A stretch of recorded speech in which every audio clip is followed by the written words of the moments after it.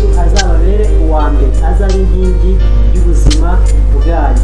Ndabakunda cyane. Amazina yanjye nitwa Nshimiyimana Joel.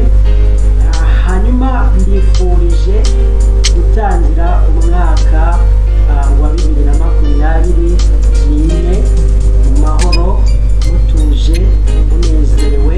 Inshuti zanjye mwese, abari mu Rwanda, abari hanze, mboneyeho kandi gusuhuza abashuti banjye bakina filime nyarwanda, filime ndunge, by'umwihariko umurundikazi uri kuri cyitegererezo cyanjye kuri ngewe witwa Ndayishimiye Mireille.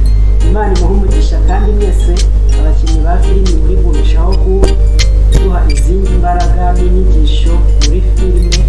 Ndabakunda cyane mwese. Uyu mwaka rero uzababere uw'ibyishimo, uzababere uwo kunguka, ntihazagire umuntu uzawuhomeramo. My name is Nshimiyimana Joel. I love you all. You are my real friends. Hanyuma rero dore icyo mbasaba, ndabasaba kugira ngo muri uno mwaka dutangiye muzakomeze kumba hafi no kunshyigikira.